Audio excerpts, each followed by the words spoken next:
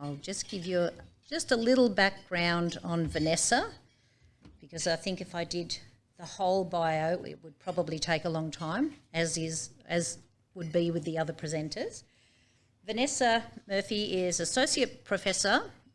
She's a research scientist investigating the characteristics, mechanisms and consequences of asthma exacerbations during pregnancy and their health impact on both mother and baby.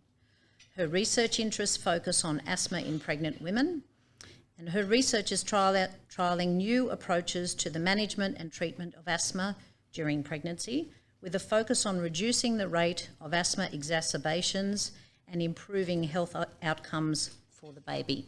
So thank you, Vanessa.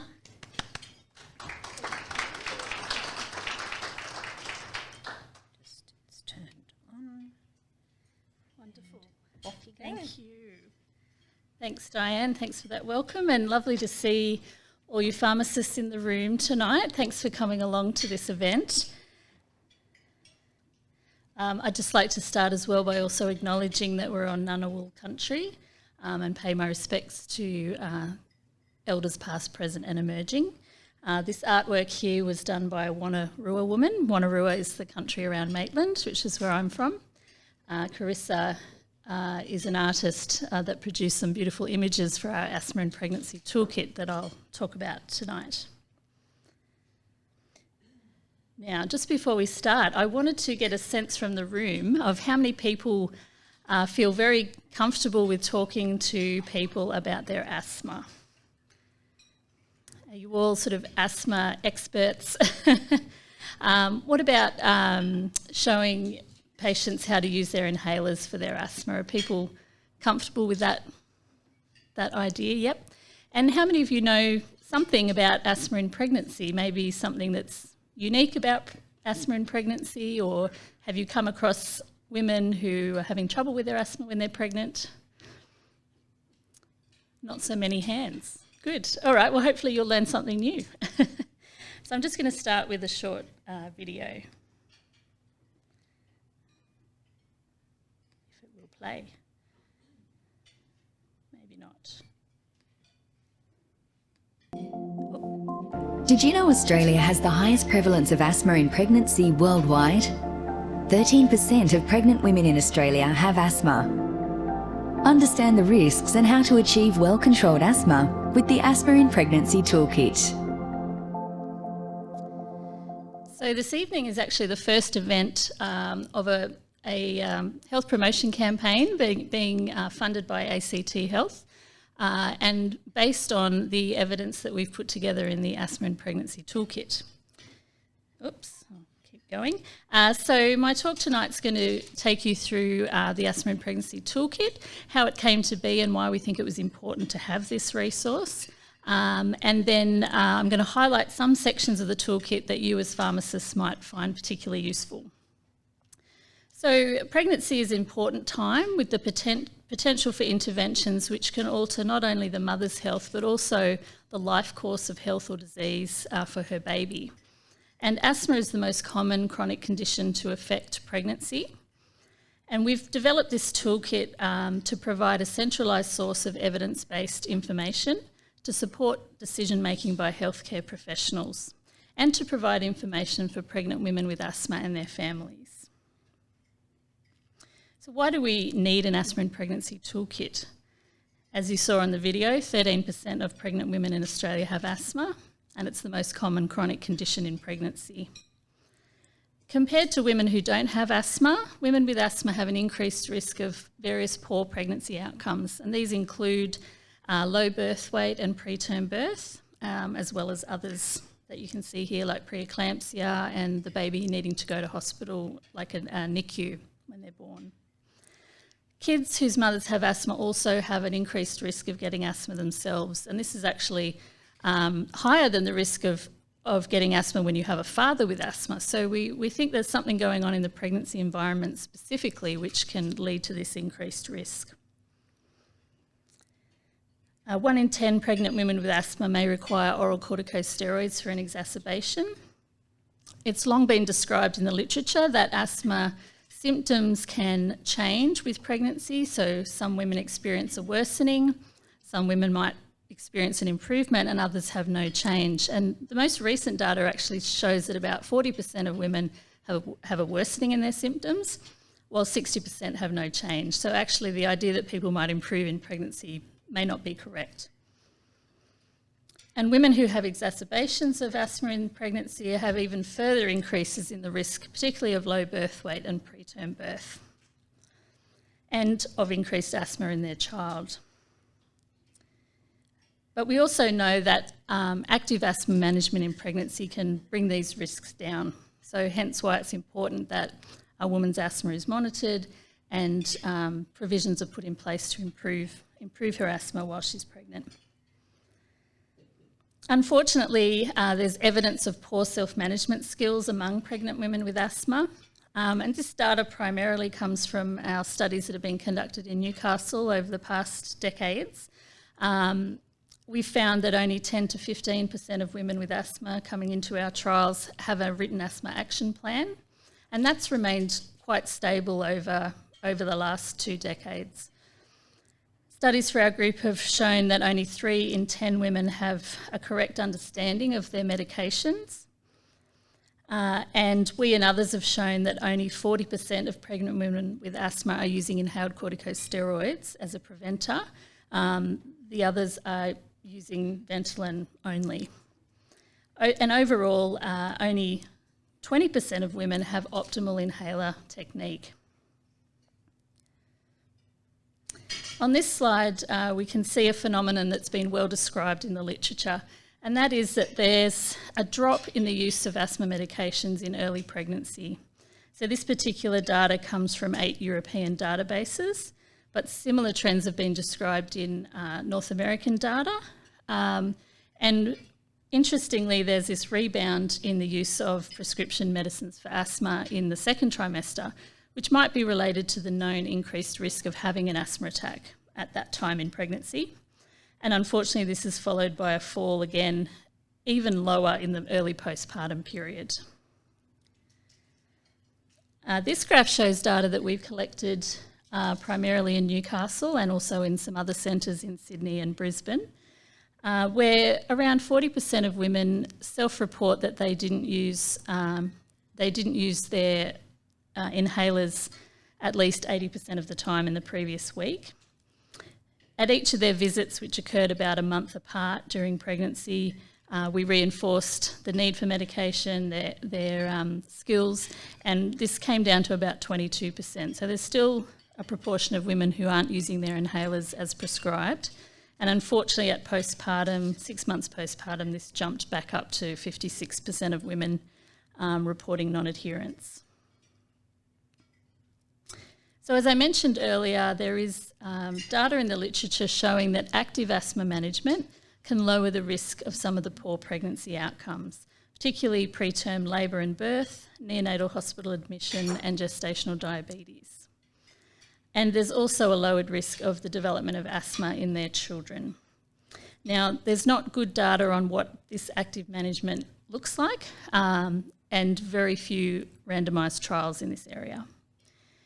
We also know from the literature that using inhaled corticosteroids is not associated with increased risks of these poor outcomes, particularly low birth weight or small for gestational age, preterm birth, and importantly, congenital malformations. Now I'm going to move now to talk about women's experiences of having asthma in pregnancy and how they interact with health professionals.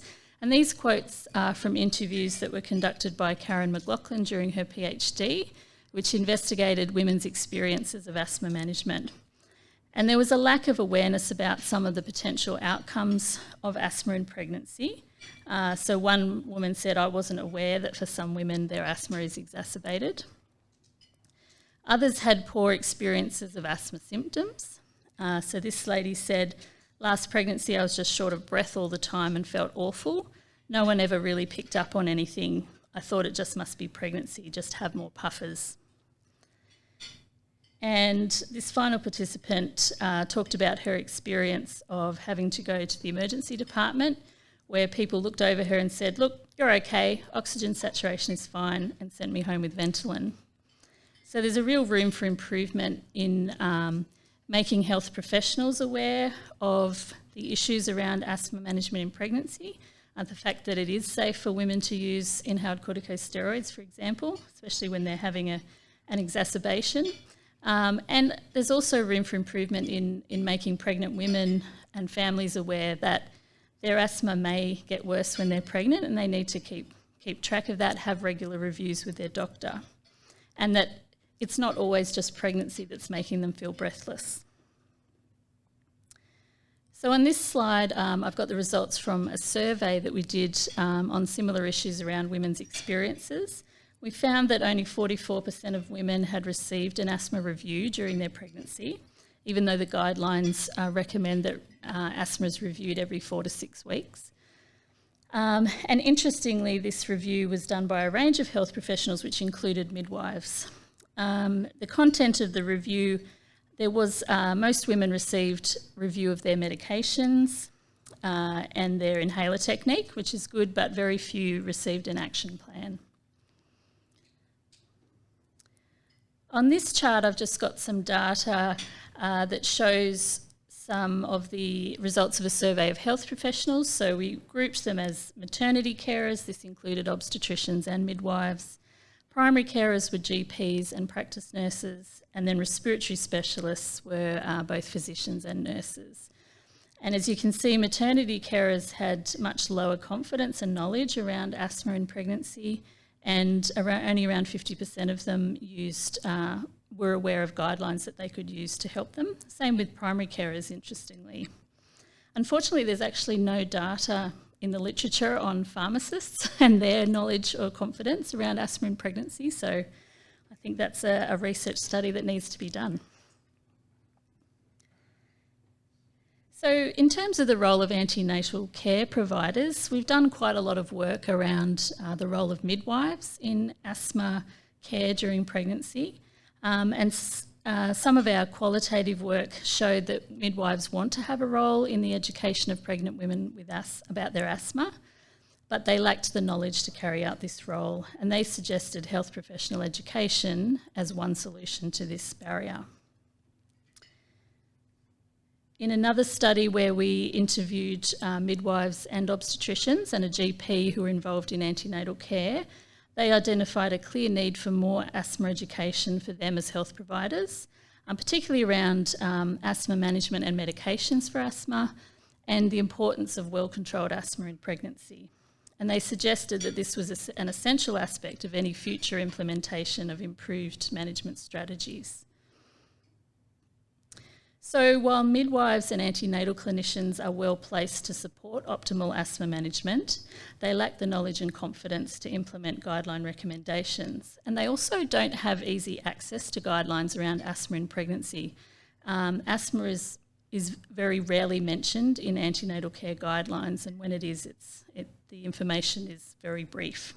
So this was one of the main reasons we decided we wanted to develop online educational materials in the form of the Asthma and Pregnancy Toolkit. And obviously pharmacists and primary care clinicians are also very well placed to support asthma management in pregnancy.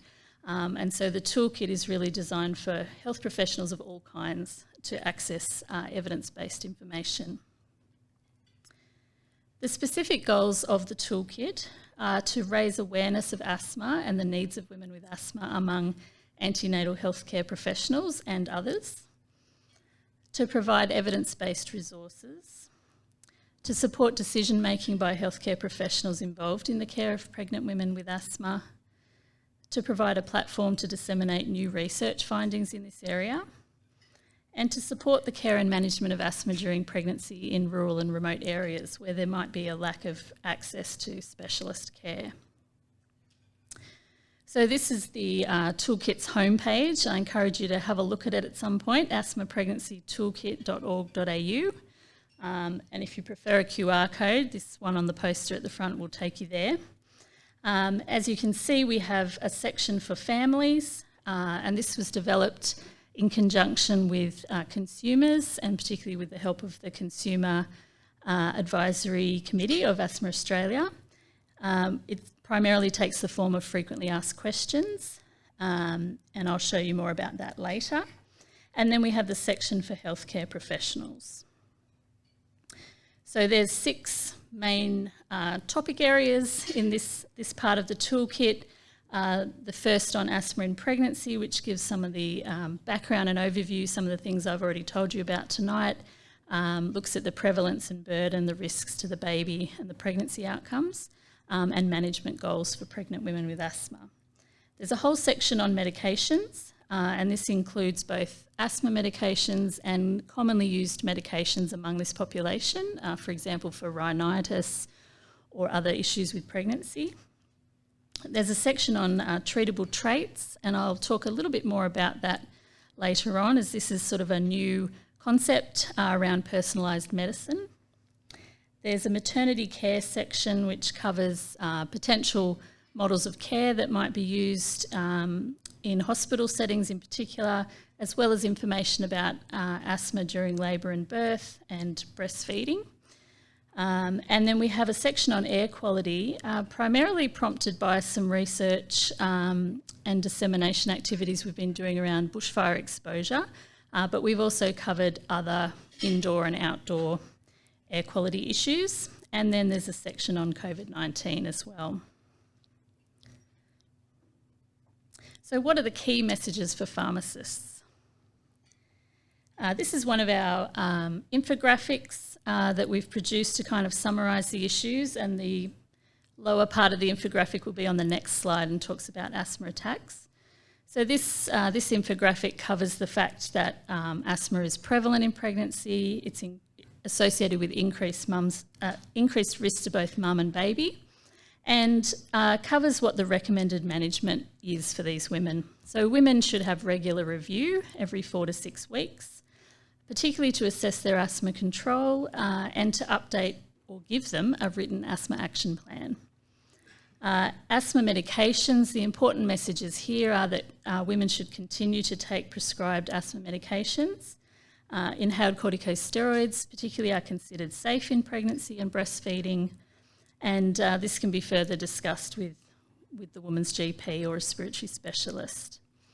Multidisciplinary management is recommended for women in pregnancy, so involving the obstetric care provider is important, and again, one of the reasons we're interested in promoting these messages amongst antenatal clinicians. Also recommended is the management of comorbidities, and some of the common ones for women with asthma are rhinitis, reflux, hypertension, and anxiety and depression. And it's also recommended that triggers be discussed and addressed, particularly tobacco smoking, allergies and poor air quality. And self-management education is really crucial, and that's where pharmacists, I think, could play a really important role, assessing inhaler technique, instructing women on how to use their inhalers correctly, checking on medication adherence, which is a big problem in pregnancy, and reinforcing the importance of good asthma control. The bottom of this infographic has a short section on the management of asthma attacks, particularly that the use of oral corticosteroids should be considered if required.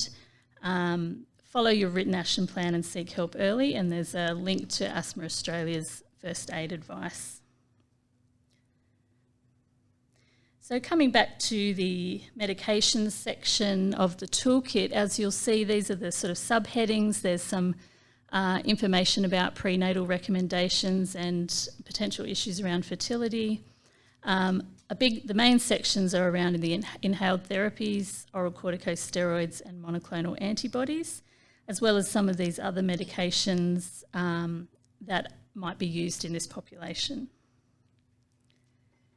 So in the inhaled therapy section, there's a summary table which looks at the commonly used medications and describes their action and their safety. And this table's been adapted from a recent European Respiratory Society and Thoracic Society of Australia and New Zealand task force statement on the management of reproduction and pregnancy in women with airways disease. So here you can see salbutamol and terbutaline.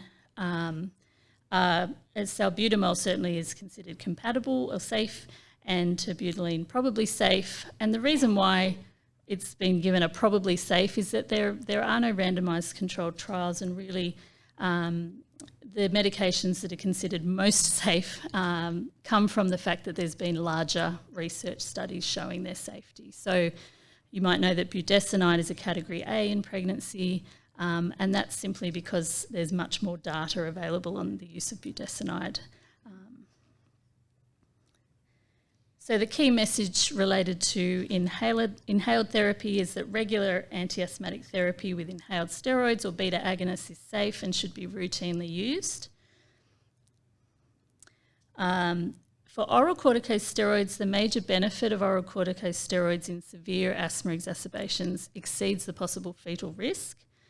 And so prescription should be considered. And interestingly, there's some studies showing that in the emergency department setting, women who are pregnant and have asthma are less likely to receive oral steroids than those that aren't pregnant, even for the same level of asthma exacerbation. So it's important that doctors and other health professionals realise that taking oral steroids is important if the exacerbation warrants it. In terms of monoclonal antibodies, there's very little research on this. There's been one study in the US looking at omalizumab and pregnancy showing no adverse outcomes, but it's a relatively small study. And so the advice around this is that patients who are already on monoclonal antibodies should continue them. And the decision to start biologic therapy should be carefully considered and discussed with a specialist. So now I'm just going to move to the treatable traits section. And this section, as I mentioned, is around the new concept of a personalised medicine model of care that is being considered in the context of airways diseases, including asthma and COPD. And the treatable traits concept is that traits which are clinically relevant can be identified and measured and are treatable may well result in better outcomes for people with airways disease than simply a more one-size-fits-all approach. And the treatable traits can be divided into these three domains: pulmonary, extrapulmonary, or risk factors, and behavioural traits. And I'll just go back to this one. So pulmonary traits are things like airway inflammation, dyspnea, and extrapulmonary are things like anxiety and depression, obesity, reflux, sleep apnea, etc. And the behavioural traits, which I've highlighted here, include smoking, self-management education, written action plans, adherence, inhaler technique, as well as diet and nutrition, gestational weight gain, and physical activity. And so this is an area where pharmacists could certainly have some influence in improving asthma care in pregnancy. So this is one of the infographics in this section of the toolkit looking at the cycle of non-adherence. And as I mentioned earlier in the talk, non-adherence being a big problem in pregnancy. There's a table in the toolkit looking at some of the reasons that women give for not taking their asthma medications as prescribed, along with some recommended solutions. So we found in a study we did in Newcastle that the primary reason women gave for not liking to take their asthma medications was the taste or throat and mouth side effects and symptoms. But the second most common reason was that they perceived them to be unsafe in pregnancy. In terms of self-management education, as I mentioned earlier, only 2 in 10 women are using their inhalers optimally. And we've got links in the toolkit to videos that Asthma Australia has produced on how to use inhalers correctly. Every person with asthma should have their own written asthma action plan, and this is an area that really needs improvement in pregnancy, with so few women having an action plan. And again, there's links to templates, for example, the Asthma Australia template shown here. This is another infographic that's specific to asthma attacks in pregnancy, and it covers some of the specific information that we do have from the literature around maternal risk factors. So there's been a recent systematic review and meta-analysis showing that women who have moderate or severe asthma are at increased risk of asthma attacks in pregnancy, which is not surprising. Also women who are current cigarette smokers, women of older age compared to younger age, women with obesity are more at risk of having an asthma attack in pregnancy, women who've given birth 2 or more times, and women who have depression or anxiety are at higher risk of asthma attacks in pregnancy as well. And then the bottom of this infographic shows the signs and symptoms of an asthma attack in more detail than the other infographic I showed you, with links to asthma first aid. So these are some of the resources that you can find on the toolkit. There's resources for families, infographics, videos, there's links to webinars, and some other information as shown here to MotherSafe, how to refer to Asthma Australia, medications charts, etc. So coming back around to the toolkit homepage again, I just want to briefly talk about the For Families section, which might be something that you would like to direct women to if they've got more questions about asthma in pregnancy. So this is the FAQs section, and so there's answers in lay language to questions such as will pregnancy affect my asthma symptoms? Are my asthma medications safe to take during pregnancy and breastfeeding? What should I do if my asthma gets worse? There's some question and answers around, is there any way I can reduce my baby's chance of getting asthma themselves? What about allergen exposures and my child's asthma risk? Some questions around COVID-19 and influenza, and where to seek support, including for breastfeeding, mental health, and for asthma care. As part of the For Families section, we've got a question list that women can take to their doctor with questions they should ask. We're particularly keen to raise awareness among women that they should be asking for an action plan. And so that just brings me back to the ACT Health Promotion Campaign, which this talk is a part of.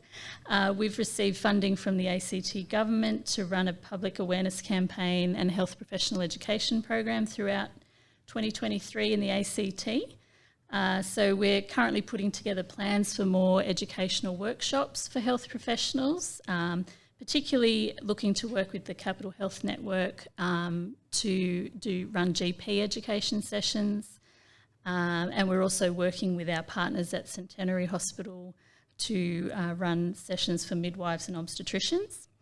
If you're keen for more information about asthma in pregnancy or work with GPs that might be interested, please get in touch, and we'd love to set something up. So our partners in this program are Asthma Australia and Professor Michael Peake, who's an obstetrician at Centenary Hospital. And here are some of our other collaborators involved in the project. And as of tomorrow, there's going to be some marketing on social media in clinics and hospitals, which has been put together by Coordinate. And the goals of this campaign are really to increase awareness and knowledge about managing asthma in pregnancy. As you'll see, well-controlled asthma is best for mums and babies. And those are some of our activities. This is some of the advertising content you might see on social media, looking at providing a little bit of information and directing people to go to the toolkit for more. And I will finish with this short animation to end the presentation. Did you know only 2 in 10 pregnant women with asthma use the correct inhaler technique? Help women to get this medication to where it's needed. Well-controlled asthma is best for mums and babies.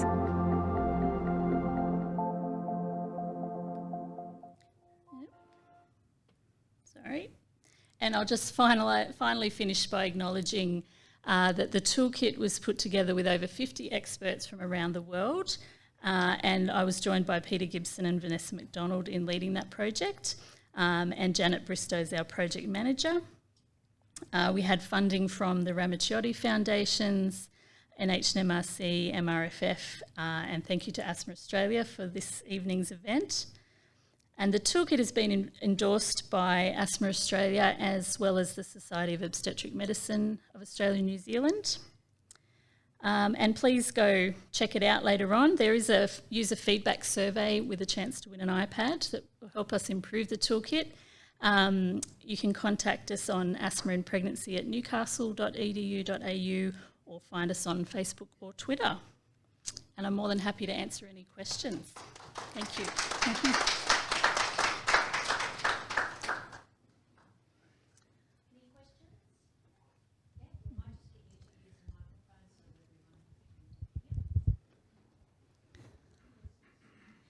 Sorry, it was probably a relatively minute question, but when you mentioned that there was an increased risk of asthma attacks when the woman had given birth multiple times, did you happen to know, was that affected more by natural births or caesareans, or was it relatively even?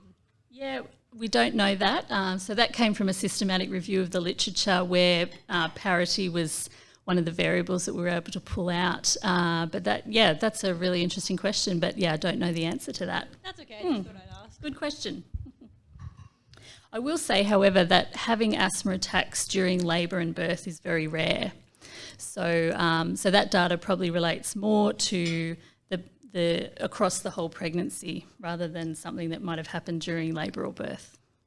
Yep.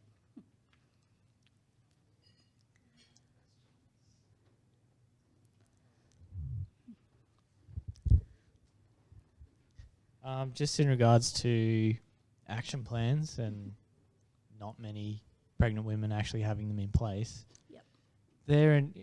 Correct me if I'm wrong, but they're initiated by the GPs. That's right. Yeah. Which is a shame. Yeah. Yeah. So I mean, we really need to get education out to GPs because most women with asthma in pregnancy have got mild asthma that's going to be managed in the primary care setting. Yep.